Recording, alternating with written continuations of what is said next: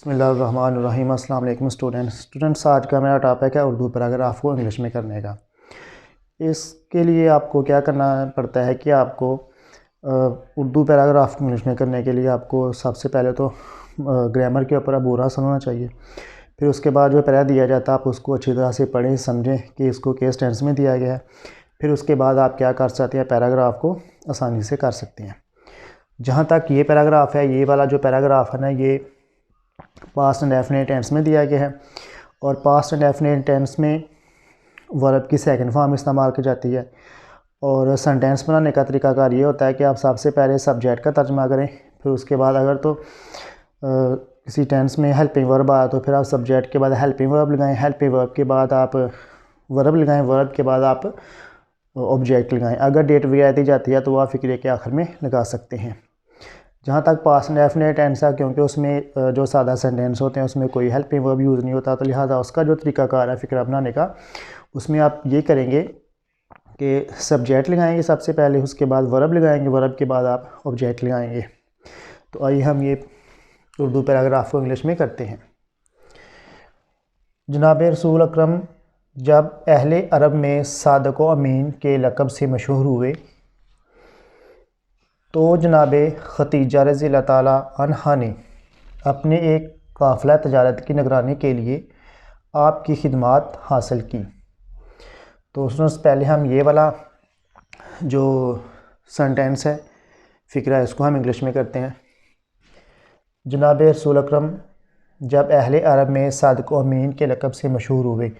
तो यहाँ स्टूडेंट्स आप रुक जाएँ, क्योंकि यहाँ पहला वर्ब आ रहा है और आप देखें कि जो उर्दू के जो फ़िक्रे होते हैं उनके आखिर में जब छोटी ये बड़ी ये अल्फ़ आता है तो वो वाले उर्दू फ़िक्रे पास्ट डेफिनेट टेंस के होते हैं।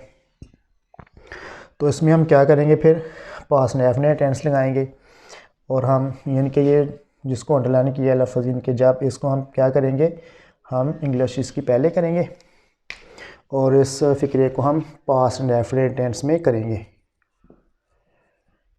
व्हेन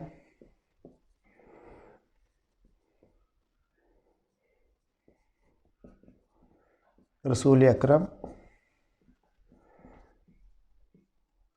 सल्लल्लाहु अलैहि वसल्लम क्या हुए, मशहूर हुए। इसके लिए हम इंग्लिश करेंगे बीकम फेमस। तो बीकम की सेकंड फॉर्म होती है Beckham,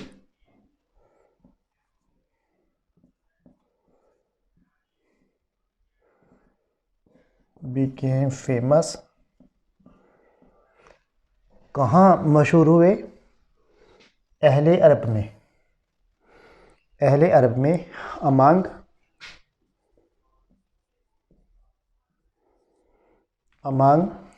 the Arabs.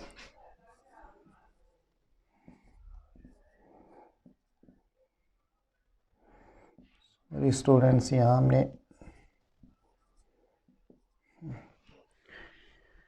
When Rasool Akram became famous among the Arabs, किस चीज़ के लिए मशहूर हुए, सादक व अमीन के लक़ब से।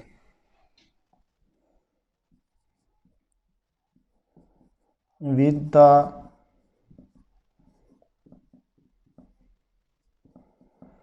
टाइटल ऑफ सादक व अमीन।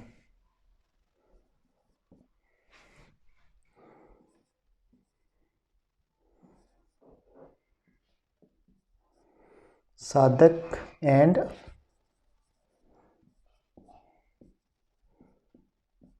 अमीन। तो यहाँ हम आगे क्या करेंगे, क्योंकि इस फ़िक्रे का आधा हिस्सा आगे भी है तो हम यहाँ कॉमा लगाएंगे, तो फिर हम आगे वाला हिस्सा करेंगे, यानी कि आगे वाला जो फ़िक्रा वो करेंगे। तो ये वाला सारा सेंटेंस ऐसे हो जाएगा स्टूडेंट्स, व्हेन रसूल अकरम सल्लल्लाहु अलैहि वसल्लम became famous among the Arabs with the title of Sadiq and Amin. जनाब खतीजा ने अपने एक काफ़िला तजारत की निगरानी के लिए आपकी खिदमत हासिल की। तो स्टूडेंट्स ये वाला जो फ़िक्रा है ये भी पास्ट डेफिनेट से ही ताल्लुक़ रखता है, तो इसको भी हम क्या करेंगे, पास्ट डेफिनेट में ही करेंगे। और इसमें हम सब्जेक्ट बनाएंगे खदीजा रज़ी अल्लाह ताला अन्हा।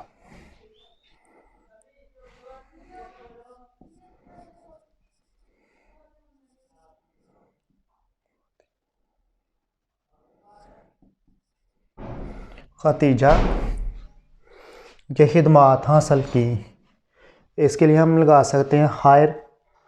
हायर यानी कि हायर ये फर्स्ट फॉर्म है और हायर की सेकंड फॉर्म है हायर्ड। खदीजा हायर्ड, क्या किया उन्होंने? आपकी खिदमात। इसके लिए हम लगा सकते हैं हिम भी लगा सकते हैं, यानी कि आपकी तरफ इशारा करने के लिए हम यहाँ ये भी कर सकते हैं his services. Khadija hired him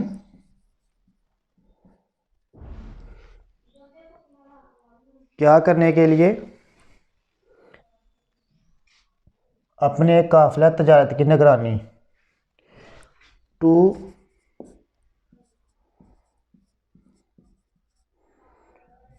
supervise.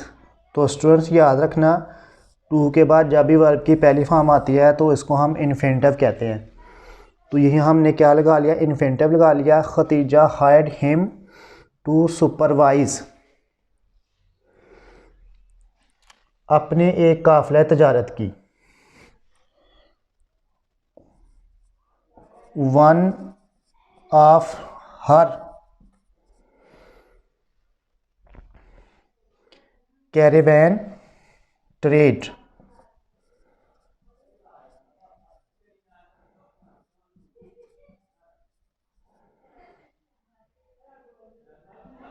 तो स्टूडेंट यहाँ यानी कि ये वाला सेंटेंस ख़त्म हो जाता है।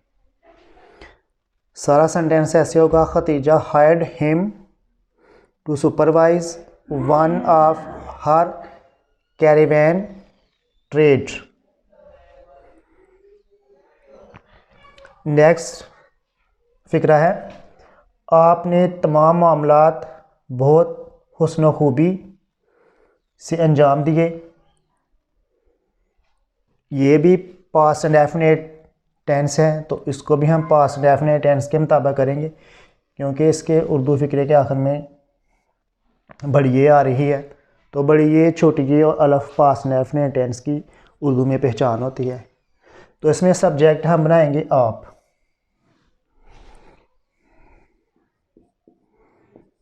ही अंजाम देना, इसके लिए हम परफॉर्म भी लगाएंगे। ही परफॉर्म्ड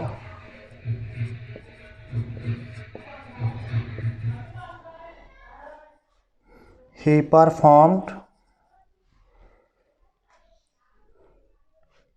आपने तमाम मामलात बहुत हुस्न खूबी से अंजाम दिए। ही परफॉर्म्ड तमाम मामलात के लिए हम ये भी लगा सकते हैं एवरीथिंग।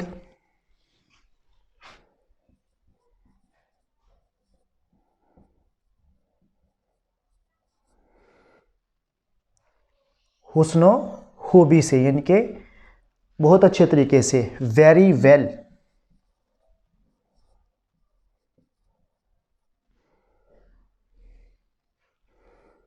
तो स्टूडेंट्स इस फिक्र को हम ऐसे कर सकते हैं, आपने तमाम मामलात बहुत हुस्न खूबी से अंजाम दिए। ही performed everything very well.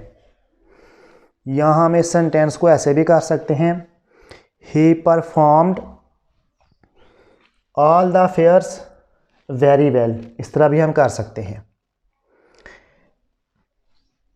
Next अपना फिक्रा है, आप सदाकत, दयानत, रहमत और हुस्न इखलाक का कामल नमूना थे। इसमें आपने सिंपल वाज या वार का इस्तेमाल करना है, क्योंकि थे के पीछे या कामल नमूना।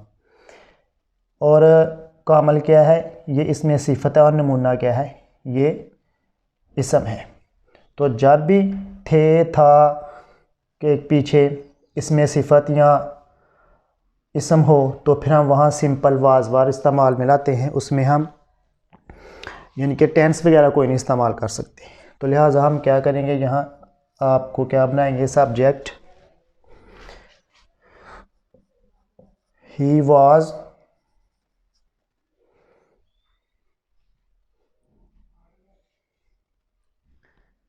क्या थे? कामल नमूना।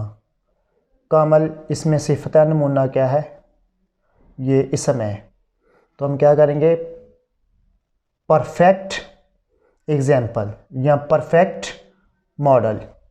ही वॉज अ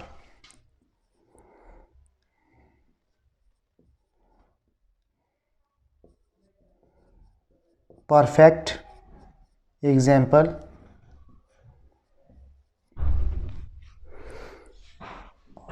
ऑफ किस चीज़ का कामल नमूना थे? सदाकत, दयानत, रहमत और हुस्न इखलाक। तो स्टूडेंट्स, जिस तरह उर्दू में ये तरतीब के साथ लफ्ज़ दिए हुए हैं ना, इसी तरह आपने इनको इंग्लिश में भी तरतीब के साथ लिखते जाना है। सबसे पहले क्या करेंगे हम? सदाकत, ऑनेस्टली।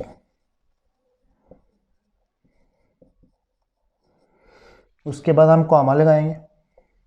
दयानत, इंटेग्रिटी।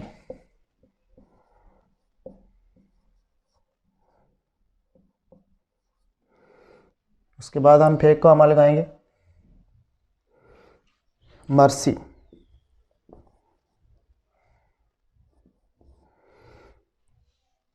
और एंड हुस्न इखलाक, गुड मैनर्स।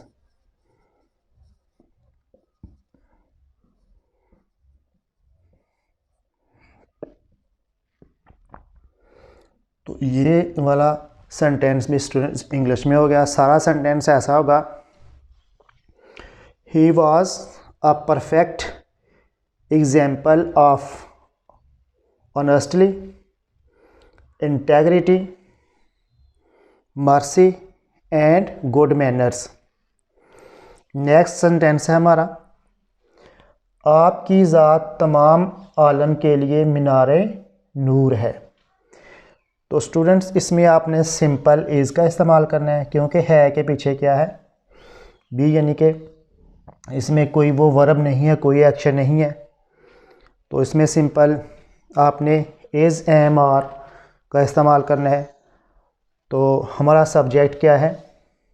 सब्जेक्ट के मुताबिक हम इज़, एम या आर इस्तेमाल में लाते हैं। तो हमारा सब्जेक्ट है आपकी ज़ात, योर कास्ट,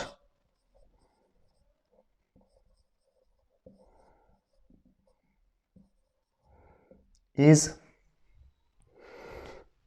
मीनार नूर,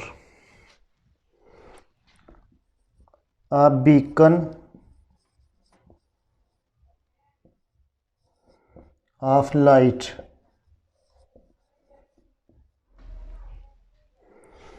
किसके लिए है? तमाम आलम के लिए,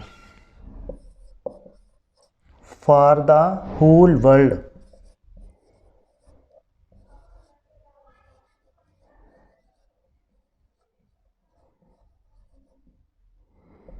तो स्टूडेंट्स, ये वाला फिक्र अभी हमारा इंग्लिश में होगा। सारा सेंटेंस ऐसे होगा, your caste is a beacon of light for the whole world. तो स्टूडेंट्स, ये है पैराग्राफ जो हमने उर्दू से इंग्लिश में किया। तो स्टूडेंट्स, इसमें देखें हमने जो पास्ट एंड डेफिनेट टेंस है उसकी हमने बड़ी अच्छी एक्सरसाइज की है। तो इस टेंस के मुताबिक यानी कि हमने इसको किया है। इनके पास डेफिनेट टेंस में ये सेकंड फॉर्म इस्तेमाल होती है, ये आप याद रखें। तो इस तरह यानी कि हमने ये पैराग्राफ को इंग्लिश में कर लिया है। उम्मीद करता हूँ कि आपको ये वाला जो पैराग्राफ है ये पसंद आएगा। और इसके साथ मज़ीद आपने क्या करना है, आप इस तरह के आसान से आसान तर पहले पैराग्राफ को ढूंढें और फिर उसको ख़ुद इंग्लिश करने की कोशिश करें। तो इंशाल्लाह आप भी एक दिन क्या हो जाएंगे, इस पैराग्राफ को इंग्लिश में करने के काबिल हो जाएंगे। तो इसी के साथ मुझे इजाज़त दें। इंशाल्लाह नेक्स्ट वीडियो में फिर मिलेंगे। तब तक अल्लाह हाफ़िज़।